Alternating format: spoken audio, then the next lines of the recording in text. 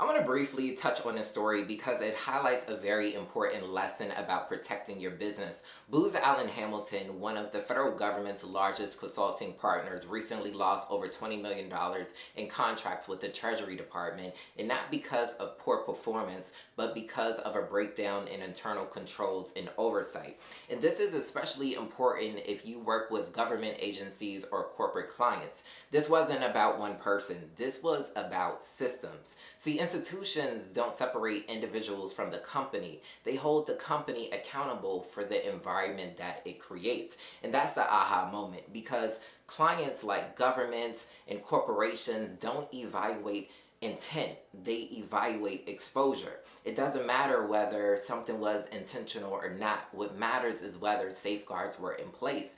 And at this level, when you're working with larger clients, you really can't afford to have any cracks. Honestly, this applies to any client. The moment you're trusted with data, systems, money, or reputation, you're managing risks on someone else's behalf. And one thing that I'm very intentional about in my own business is not just setting up systems, but pressure testing them as responsibilities grow, which includes being very clear about who actually needs access versus who simply has it, documenting how work gets done, and building in checkpoints to make sure those controls still make sense as clients and risks increase. The goal isn't about protection, it's about making sure that one person, one mistake, or one oversight can't expose the entire business, because performance may open doors, but structure and systems are what keep them open.